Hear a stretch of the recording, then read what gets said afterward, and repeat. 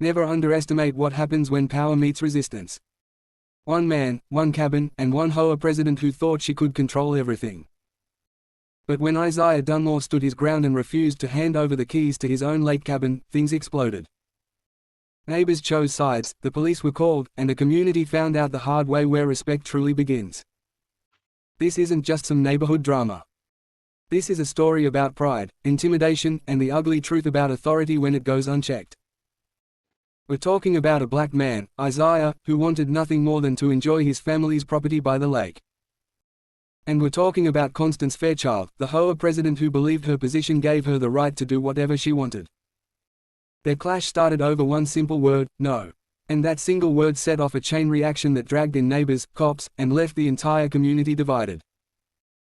So let's break it down step by step, because once you hear how this went down, you'll never look at an HOA president the same way again.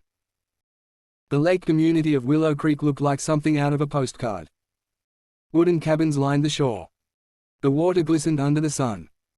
Families came here to relax, fish, and escape city stress. For Isaiah, this place wasn't just pretty, it was personal.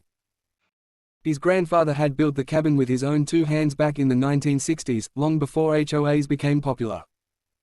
Back then, families kept to themselves. Property was sacred. Nobody told anyone what color to paint their door or what flowers they could plant. But times changed. As more people bought vacation homes, the community formed an HOA to maintain standards. And at the head of that HOA, Constance Fairchild. Constance was the kind of president who treated the role like she was mayor, judge, and sheriff all at once. She carried a clipboard everywhere. She wrote citations for tiny things, leaving a trash can out too long, parking a car at the wrong angle, even having wind chimes that were too loud. Some neighbors grumbled, but most people stayed quiet. After all, who wanted to get on the wrong side of Constance? That's where Isaiah came in. He wasn't the type to bow down. He knew his rights. And when Constance decided his cabin wasn't really his anymore, that's when everything went up in flames. It started on a Friday evening. Isaiah had just arrived after a long week at work.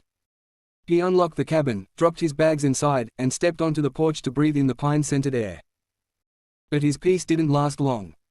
Knock, knock, knock. It wasn't polite. It was sharp, demanding. Isaiah opened the door and found Constance standing there, arms crossed. Behind her stood three strangers with suitcases. They looked uncomfortable, but expectant. "Unlock it," Constance said. Isaiah frowned. "Excuse me. This cabin," she explained slowly, like she was speaking to a child. "It's for community use. My guests need a place to stay. Unlock it." Isaiah blinked in disbelief. "This is my property. I don't know who these people are. And they're not staying here." Constance's lips tightened. She leaned in, lowering her voice but sharpening her tone. "Don't make this difficult. This is how it's always been. When we have guests, cabins are shared.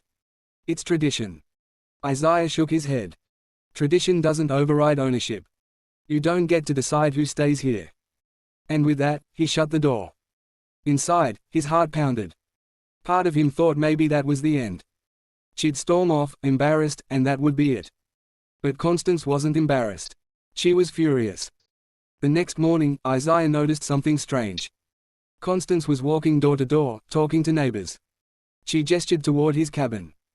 She shook her head dramatically. She pointed. By afternoon, whispers were spreading.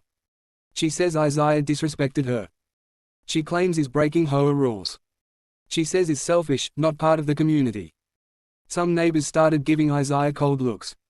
Others came by quietly, saying, "Don't worry. She's overstepping." But the damage was done. The quiet lake community was suddenly divided. Half believed Constance's story. That Isaiah was selfish, breaking tradition, and making life harder for everyone. The other half saw through it. Constance was abusing her power, and Isaiah was the first to finally push back. And if you think that tension was bad, wait until you hear what happened when law enforcement got involved. Saturday evening, just as the sun dipped over the water, Isaiah sat on his porch sipping coffee. The sound of crickets filled the air. And then, flashing red and blue lights cut through the trees. A police cruiser rolled up the gravel road. Out stepped two officers. And right behind them, Constance, arms folded, smirking like she had already won. The lead officer approached. "Sir, we got a call about a dispute over property access." Isaiah didn't hesitate. He pulled a folded set of papers from his pocket, the deed to his family's cabin. "This is my property. She has no right to it." Constance jumped in before the officer could reply. "Don't listen to him. For years, this cabin has been used for community guests. It's tradition. He's trying to change everything. That's not how things work here." The officer turned to her. "Ma'am, do you have any legal claim to this cabin?" Constance faltered.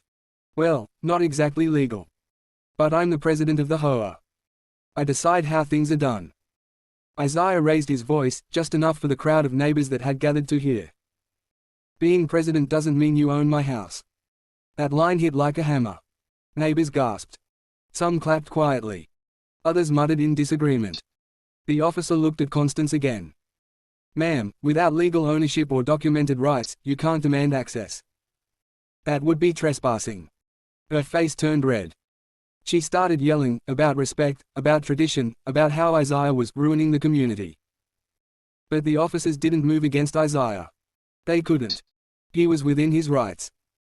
For the first time, Constance realized her power had limits. The officers left, but the tension didn't. Constance doubled down. She filed complaints. She sent angry emails. She rallied her loyal neighbors. She even suggested Isaiah be fined for violating community standards. Isaiah stayed calm. He knew the law was on his side. But the stress was real. Every trip to the cabin felt like walking into a battlefield. Neighbors took sides openly now. Some waved when they saw him. Others turned their backs. Some whispered support. Others whispered insults. But something else happened too. Cracks started forming in Constance's power. People began asking questions. Why had they let her control so much? Why had they followed her rules without pushing back? And why did she target Isaiah so fiercely? Here's where the story gets even heavier. Some neighbors began to wonder. Would Constance have tried this if Isaiah wasn't a black man? Was it really about tradition, or was it about control? And did she think she could intimidate him because of who he was? That question divided the community even further.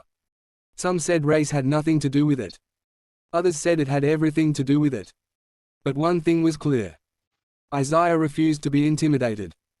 He didn't hand over the keys. He didn't bow down. And that refusal exposed the truth: her authority only worked if people allowed it. At the end of the day, Isaiah kept his cabin. Legally, he won.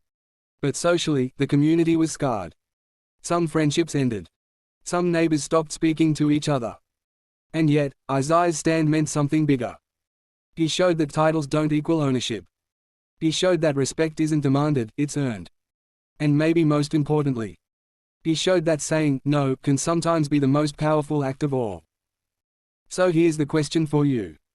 Was this really about tradition, or was it about power? And another. Do you think the cop went too far, or did he handle it right? Comment your thoughts. Subscribe if you got value from this story.